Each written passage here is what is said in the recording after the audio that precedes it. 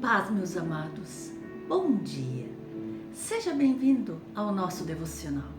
Este momento em que todos os dias nos conectamos com Deus, em que Ele fala aos nossos corações, em que Ele nos dá a certeza de que nós não caminhamos sozinhos, de que em todas as circunstâncias, por mais difíceis que sejam, Ele está conosco. Porque a nossa vida é caminhar com outras pessoas. E a pergunta que fica, com quem você está caminhando? Essas pessoas que você está caminhando, elas te levam a Jesus ou elas te levam para longe dele? Seus amigos se aproximam de Jesus e te aproximam mais do teu Senhor? Então, a palavra de Deus, ela nos dá alguns ensinamentos sobre isso. É muito importante estudar sobre a importância dos amigos, se esses realmente te aproximam de Jesus ou te aproximam para os prazeres, para as trevas do mundo.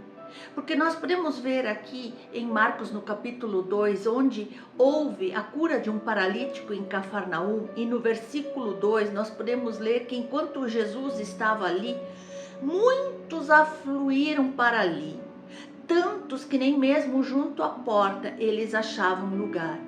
E Jesus anunciava-lhes a palavra. Então nós vemos aqui que muitas pessoas seguiam Jesus.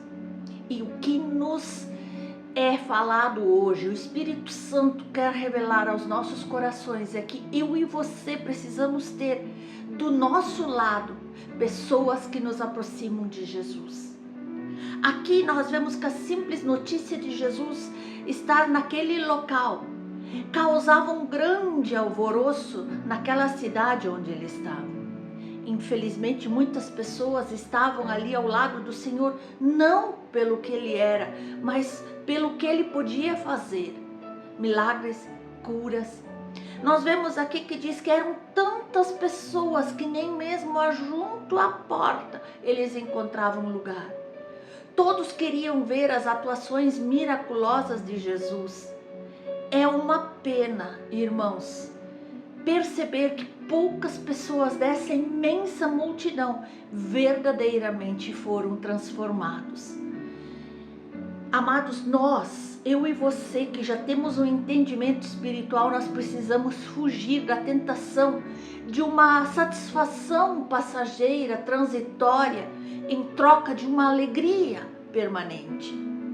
Uma bênção pode ser passageira, mas a alegria de sermos salvos, de termos a vida eterna com Jesus, ela é permanente. Nem todos quiseram isso. Quiseram as bênçãos, mas não quiseram o abençoador como seu Senhor, como seu dono. E nós podemos ver também que 4 amigos especiais também chegaram à casa ali para encontrar-se com Jesus. Então nós podemos ver como é importante estarmos com pessoas que nos aproximam de Jesus.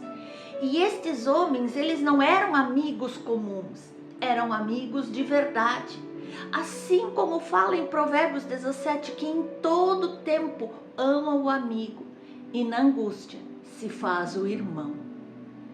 Como a vida se torna mais fácil quando nós temos do nosso lado pessoas amadas, pessoas que nos aproximam do Senhor, pessoas que nos levam para conhecer mais de perto, com intimidade, o nosso Deus. A palavra também nos diz ali, continuando em Provérbios, o amigo ele ama sempre e na desgraça ele se torna um irmão. No momento difícil, ele está pronto para estender a mão. Amados, eu e você fomos criados por Deus como seres relacionais, que precisam de relacionamentos. Portanto, queridos, desde a infância e por toda a nossa vida, em todos os momentos da nossa vida, eu e você, precisamos olhar para que tipo de amigos se aproximam de nós. Essa é uma área de grande importância, que exerce grande influência sobre nós e não pode ser negligenciada. Amigos podem levar a gente para dois rumos: ou o caminho do mal, da perdição, ou o caminho do Senhor, da vida eterna. A palavra nos diz ainda em Provérbios 27 que as pessoas, elas aprendem umas com as outras, assim como o ferro afia o próprio ferro. A Bíblia também diz que o maior amor é de quem dá a sua vida pelos seus amigos. Jesus, ele nos chama de amigos. Jesus nos chama de amigos e ele nos ama, ele está presente, ele está o tempo todo contemplando a nossa vida, mesmo com todos os nossos defeitos e falhas, com tudo aquilo que já aconteceu de errado na nossa vida. Ele morreu em nosso lugar, ele morreu por mim, ele morreu por você, porque ele é um verdadeiro amigo.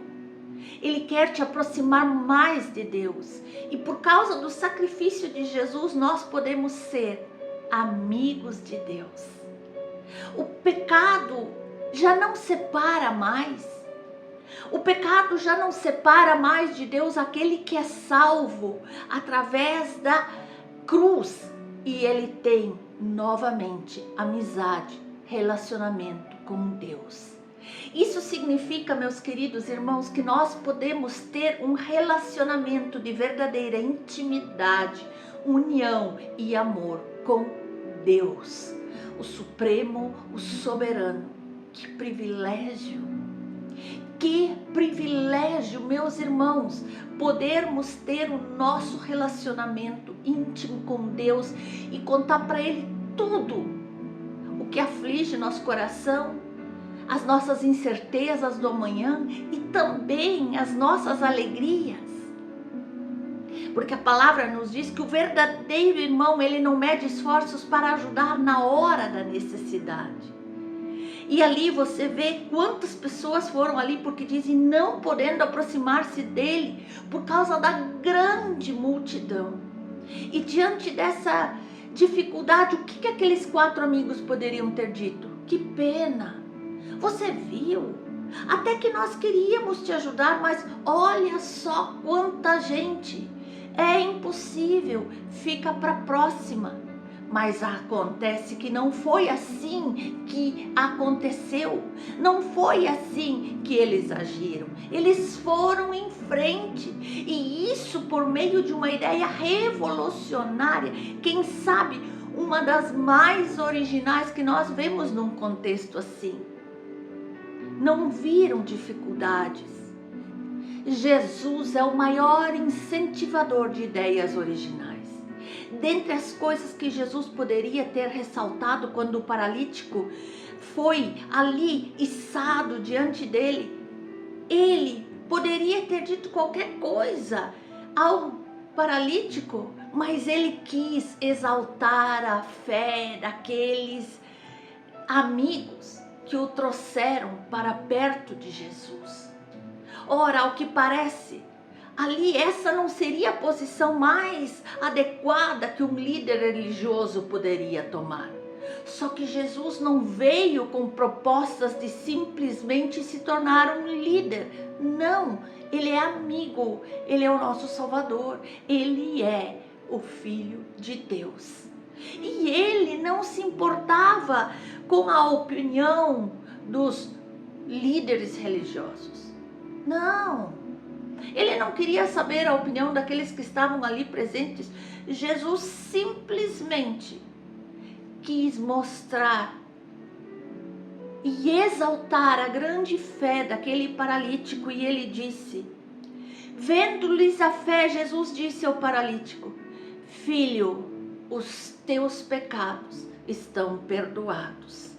Nós vemos ali que eles tiraram o telhado e baixaram o leito ali na frente de Jesus.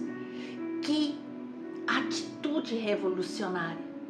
Quantos de nós, vendo uma multidão numa igreja, vendo uma multidão, nós teríamos uma ideia assim, nós íamos pensar, se não dá hoje, vamos deixar para a próxima. Mas eles não recuaram diante daquele amigo que eles traziam naquele leito, naquele dia. Eles queriam conhecer Jesus e queriam ajudar esse amigo, proporcionando-lhe a cura. E se os mestres e fariseus da lei estavam loucos com Jesus por ele não ter repreendido os jovens, e essa ideia maluca de baixá-lo pelo telhado, imagine como eles ficaram quando ouviram essa afirmação maravilhosa dos lábios do próprio Jesus: Filho, os teus pecados estão perdoados. Com essa afirmação, Jesus, ele se iguala ao próprio Deus, o que colocou aqueles doutores da lei, aqueles fariseus, todos aqueles colocou em polvorosa. Eles ficaram espantados com aquela atitude de Jesus. Amados, veja o que diz no verso 6, mas alguns dos escribas estavam ali assentados e arrazoavam em seu coração. Eles não estavam falando do milagre que aconteceu, eles não estavam exaltando o grande poder de Jesus, mas eles estavam criticando, gozando daquela atitude, repreendendo, achando que não estava correto. Mas Jesus os compreendeu. Mesmo sendo doutores nas Escrituras, parece que o efeito produzido pelas palavras de Jesus ali naquele momento fez eles esquecer uma das mais conhecidas passagens bíblicas que diz no Salmo 139: ainda a palavra não me chegou à língua e tu, Senhor, já conhece todas. Eles diziam lá no seu íntimo: por que fala esse desse modo? Isso é uma blasfêmia. Isso não pode ser falado.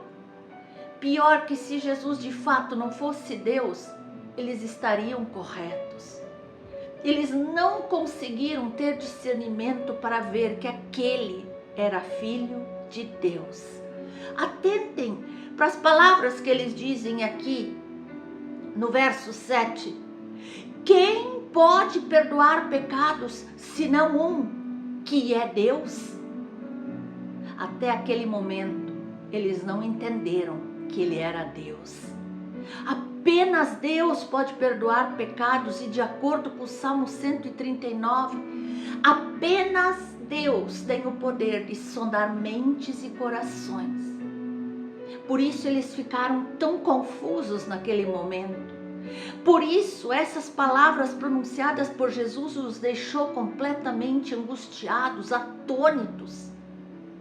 E Jesus lhes pergunta: por que arrazoais sobre essas coisas em vosso coração? Por um segundo, o coração daqueles homens começa a bater num ritmo alucinante. O suor escorre pela face, a voz deles fica embargada, eles ficam brancos como a neve. Não estão entendendo aquela situação. Seguramente, talvez eles estavam pensando lá no seu interior: como é que este Galileu conhece os nossos pensamentos? Eles literalmente não conseguiam entender tudo aquilo. Não, eles ficaram perplexos, não conseguiam, eles estavam sem palavras, atordoados, estupefatos com aquela situação. Essa é a grande jogada daquele que conhece o Senhor, aquele que conhece o doce olhar do Salvador. Ele entende a situação, ele sabe por que Jesus nos chama, por que ele veio, qual é o propósito e a missão dele aqui na terra. Ali, Jesus lhes disse: vocês são doutores da lei e, ao que parece, eu sou um simples carpinteiro. Então, ele respondeu para eles: qual é mais fácil, dizer ao paralítico: estão perdoados os teus pecados, ou dizer: levanta-te, toma o teu leito e anda? E ele continua: ora, para que saibais que o Filho do Homem tem sobre a terra autoridade para perdoar pecados, disse ao paralítico: eu te mando, levanta-te, toma o teu leito e vai para casa. Até aquele momento ali, o paralítico estava ali, olhando aquela situação, via de uma forma passiva, sem reação, todos aqueles acontecimentos. Talvez em algum momento ele até tivesse tentado levantar a mão para dizer alguma coisa, para se expressar ou para falar: eu não tenho nada a ver com isso, na verdade. A culpa é daqueles 4 ali, que tiveram tanta fé e me trouxeram aqui para ser curado. Ora. Logo, imaginem a reação desse pobre rapaz. De repente, Emanuel volta-se para ele. Agora foi a vez que aquele paralítico viu o doce olhar de Jesus em direção a ele. Foi a vez do paralítico ver o seu coração batendo num ritmo acelerado e alucinante, e Jesus disse para ele: eu te mando, levanta-te, toma o teu leito e vai para casa. Então, o que aconteceu no decorrer da história? E ele se levantou, e no mesmo instante ele tomou o leito, retirou-se da vista de todos, a ponto que todos deram glória a Deus, dizendo: jamais vimos coisa assim. Então ali ele se levantou e caminhou à vista de todos.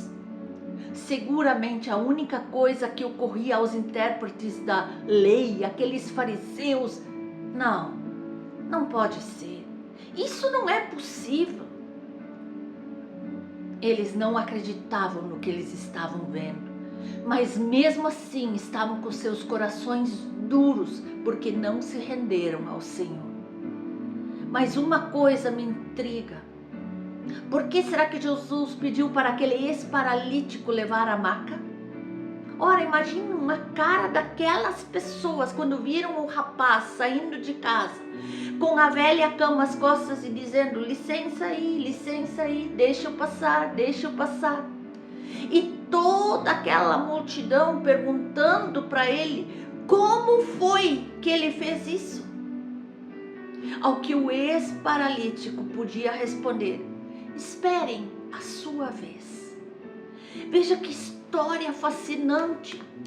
Este paralítico perdendo sua vida, deitado numa cama, mas ele encontrou 4 amigos que o levaram para perto do Salvador, onde ele pôde receber a sua cura e receber aquele doce olhar do Salvador, e certamente algo tocou mais forte no seu coração. E você? Quem tem influenciado a sua vida? São pessoas assim que te levam para perto do Salvador?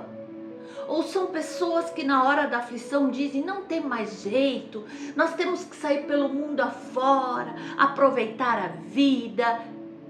Que tipo de pessoas você tem permitido fazer parte da tua vida? Que pessoas você tem permitido sentar à tua mesa? Aqueles que te levam a Deus? Aqueles que te levam a conhecer os planos de Deus para a tua vida? Aqueles que te levam a chegar a um nível maior, um novo patamar na presença do Eterno? Ou aqueles que te levam para as trevas, para aquilo que é passageiro, para aqueles caminhos que no fim trazem a morte, como diz a palavra do Senhor? Hoje o Senhor nos chamou para refletir acerca disso. Que tipos de amigos fazem parte da nossa vida? Que tipo de relacionamentos nós estamos tendo no decorrer da nossa vida?